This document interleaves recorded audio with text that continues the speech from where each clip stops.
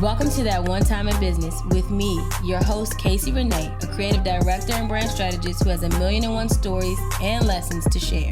Now remember, these are teachable moments with a twist and a laugh. So let's get started. Okay, boom. So we're back. This is another special red flag edition brought to you by who? My mentee, who you guys are still fucking with. Okay, so I told you the way that you guys are treating the new creatives and new designers and everything like that, and these horror stories that she's giving to me, like, I'm a little disappointed in y'all. But if you are a young creative or freelancer, I hope that you take these gems. And if you are somebody who is on the hunt for creative services and things like that, I hope that you also hear me and don't stop fucking with these people like this, okay? So she sent me over a text message one day. This was like a couple of weeks ago. And I'm going to read it to you, what she said. And I am really ashamed of some of you guys for how y'all treat. But okay. So she says, happy Friday. It's happy Monday to you guys if you're listening on time for this podcast. But anyway, she says, I just got off a call with a fellow woman in design. And she said, I wasn't senior enough to work with her studio. That's cool. She was just one of my 100 cold emails that I didn't think was even going to respond in the first place. But she got on a call with me and gave me about 45 minutes of unsolicited career advice. It was valuable, but at the same time, I don't know how to feel. She basically said I need to either go to finishing school or take an unpaid internship in an agency, but not anywhere. It has to be an NYC to get experience and wait tables at night to afford it. Maybe she is living in a different world, but with the price of eggs being $9 where I am, I'm supposed to get $50K plus for school.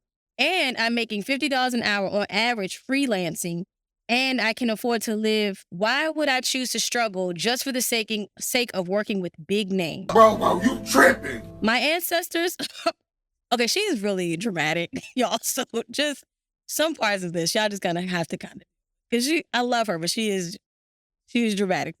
As my ancestors rolling in their graves during Black History Month with fellow Black people telling me to work for free. And she wasn't asking me to be her intern or have any opportunities to point me to. It was just advice so I can work with big name brands. She had a whole story about how she moved to NYC and slept on a cot so she would make it in the industry. I don't give a fuck. Am I crazy for not wanting it that bad? Maybe it's a generational difference, but I personally have no interest in office politics, hostile work environments, and not being able to feed myself for these opportunities that aren't guaranteed. It seems like I would cancel out the benefits of having a creative career if my hair is falling out for me trying to make it. Okay? We're going to unpack all of that because that was a lot. All right. So I want to talk today mainly about unsolicited advice. And also, like she stated, there is a generational situation happening. We see TikToks and things all the time where it's like Gen Z, Gen X, Millennials, the Boomers. We're all here trying to coexist. And sometimes we're forgetting that even though we came up under each other, we're still addressing and attending to a whole new, okay?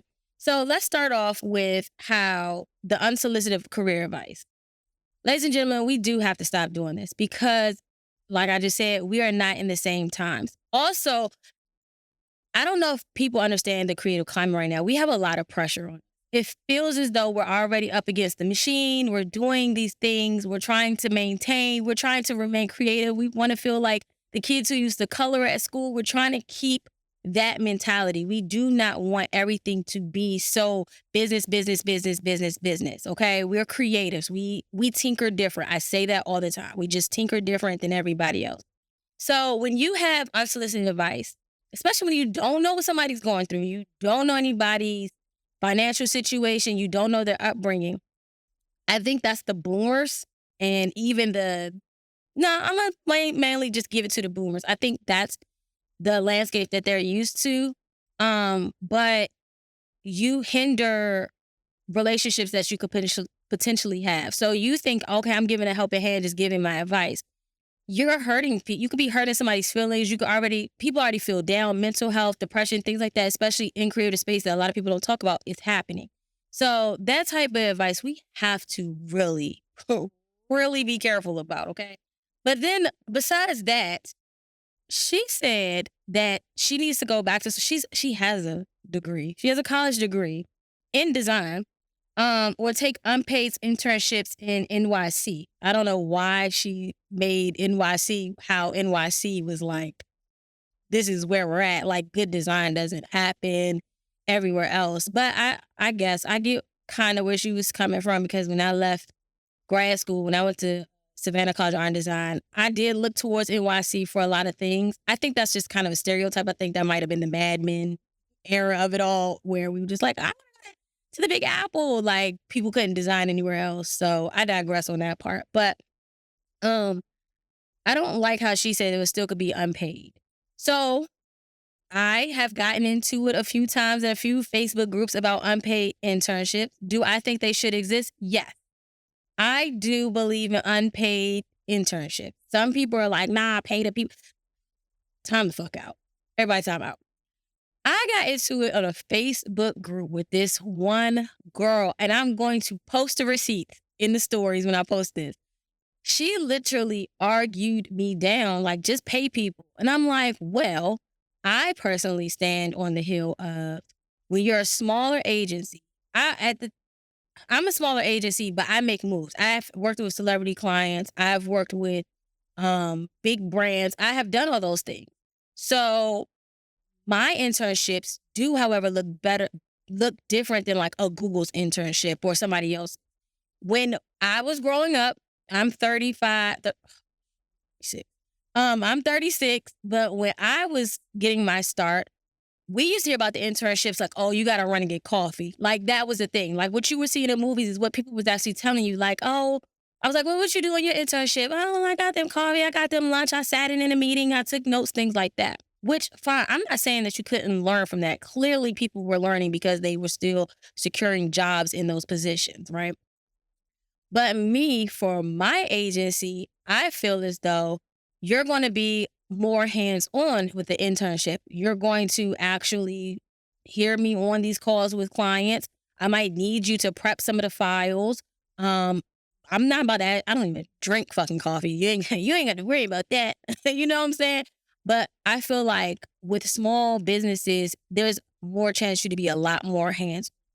And what I don't like is that some people, I feel like there's a shift and it's not as bad, but some people, they kind of turn their nose at small businesses being good enough or being to a caliber where they need to receive the same credit for producing these people who are now in these corporations who can design. I have successfully had maybe like 8 interns, and they all are somewhere where they love to be, all designing.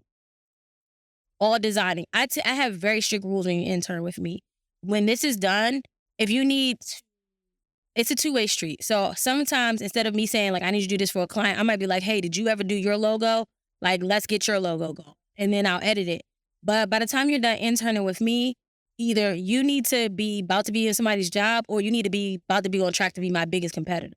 Like, there's no ifs, ands, or buts, because then what the fuck are we here for? You know what I'm saying? Like, when people have interns, there's a way to treat the interns. There's a way to have the interns do things that benefit them besides just running and get coffee. So again, that's why I don't like that like unpaid thing. I believe in unpaid, but it's also what you're bringing to the table. And the NYC thing, I think that was just crazy. But anyway. And now a quick commercial break. Are you ready to uncover the untold stories of a freelance designer's journey? Introducing That One Time in Business, a designer's tell-all guide, a captivating 5-part ebook series that dives deep into the world of freelance design. From the mind of me, Casey Renee, an experienced designer who's been there and done it all. These books are the ticket to help unlock the secrets of success in the creative industry. Visit IamCaseyRenee.com today, or simply click the link in the show description to grab your copy. Okay, so then she also says, then you can also So she wants you to go back to school.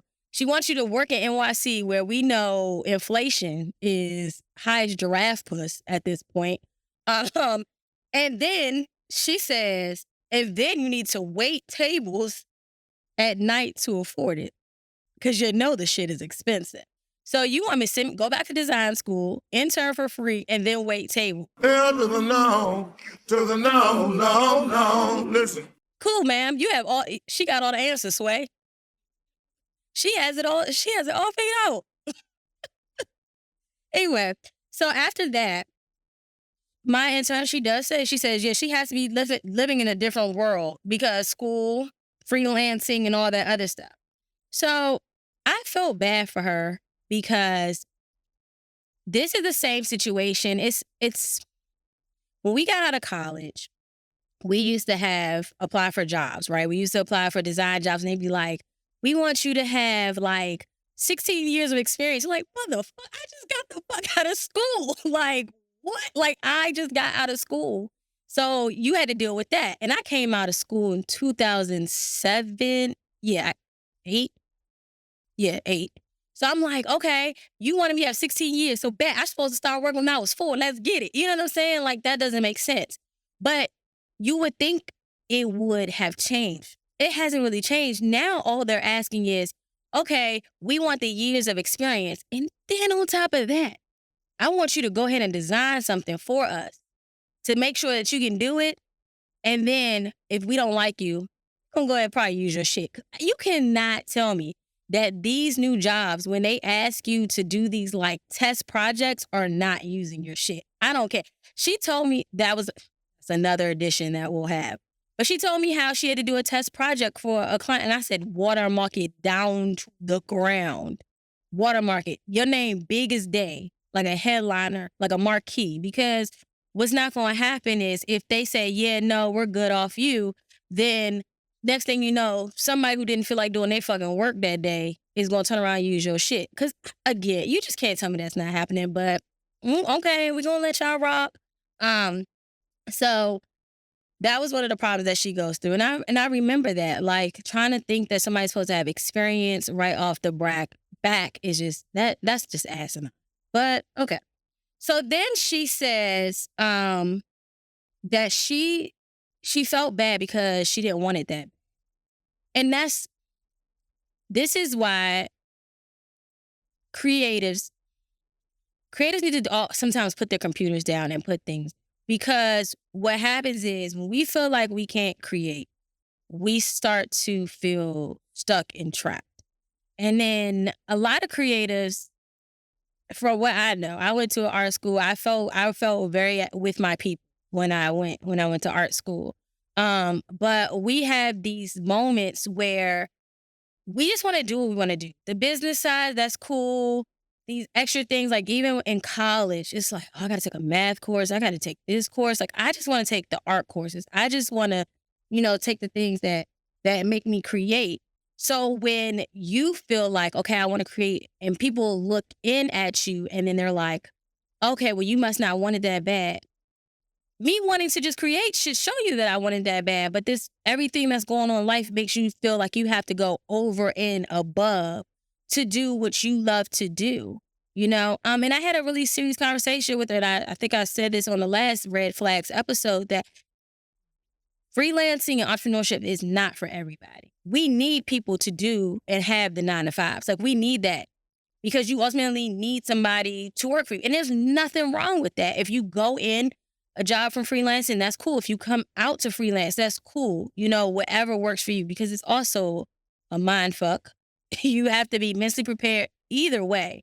And she basically also said that she has no interest in office politics, hostile work environments, and not being able to feed herself.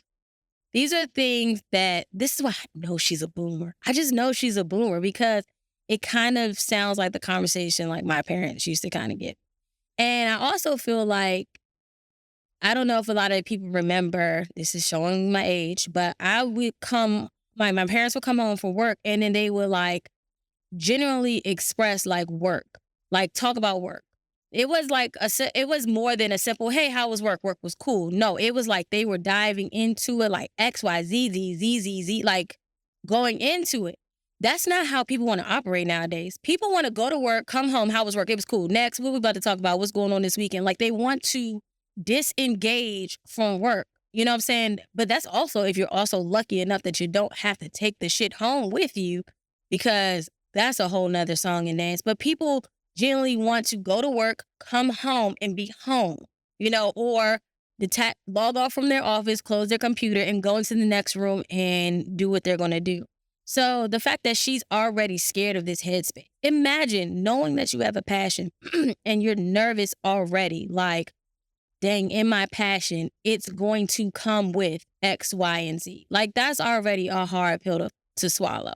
Again, this lady, it's just the nerve of it all. I know she meant well, but, nah. Okay. And then she basically also says, I just want to, it seems like it would cancel out the benefits of having a creative career if my hair is falling out from me trying to make it. You're scaring the shit out of these new designers, y'all, please, and these new creatives. Y'all gotta chill. Like, well, back in my day, I'm gonna tell y'all something right now. We are not, by any means, in your day.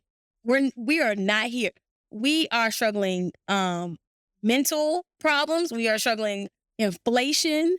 I don't know if y'all seen the TikTok. This was one girl. She said, oh, you don't even want to be a millennial. We've been getting it since Columbine. Like every time there's always bombings, this, like we're always getting something on top of us.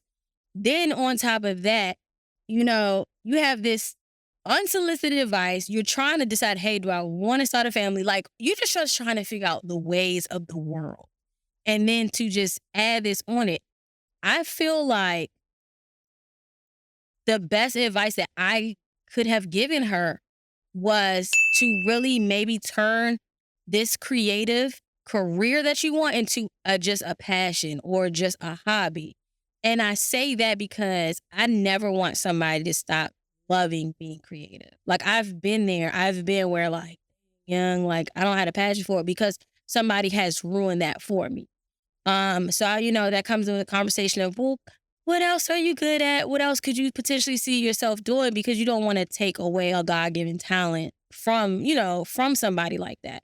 So that's one advice that I had given her. Another thing that I told her is, I ain't trying to say disrespect your elders or nothing, but you have to learn how to kind of like, yes them down. Okay. Okay, boomer. Okay, thank you, girl. Like on a Friday. Okay, girl. And then just wave it off and walk away. Because too much unsolicited advice, especially somebody that doesn't know you, mind you, this is all a message from somebody who she's never had one conversation, well, the initial conversation, but she does nothing. So it can impose a lot of thoughts, especially on people who are just starting. And I don't think that we should be out here just outright scaring the shit out of these people, okay? So with all that being said, to my beautiful mentee, you have this. I always tell you that you have. No matter what advice somebody gives you, it's all opinions. And what are opinions? They're like what? That everybody has? Okay. Take what you need and leave the rest. I also want you to know that your creativity is valued and it is worth something. I think that a lot of creatives get in this space where sometimes we can feel like, I know I'm creative, but what makes me different from the next? Like we could fall into these pockets, especially if we feel like we aren't seen or things like that.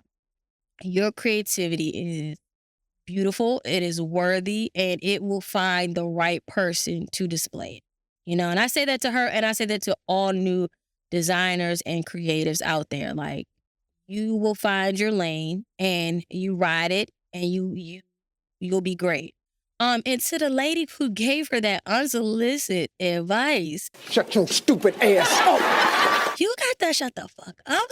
sometimes because you can't be out here just scaring these kids like this. And also, for real, I really want to see what your shit look like. But I'm going to leave it alone for another time. All right, I'm out. So did you enjoy the gems I dropped today? Or feel normalized after you push play? Well, feel free to like, subscribe, and share that One Time in Business with me, your host, Casey Renee. Now remember, we are all in this crazy shit together.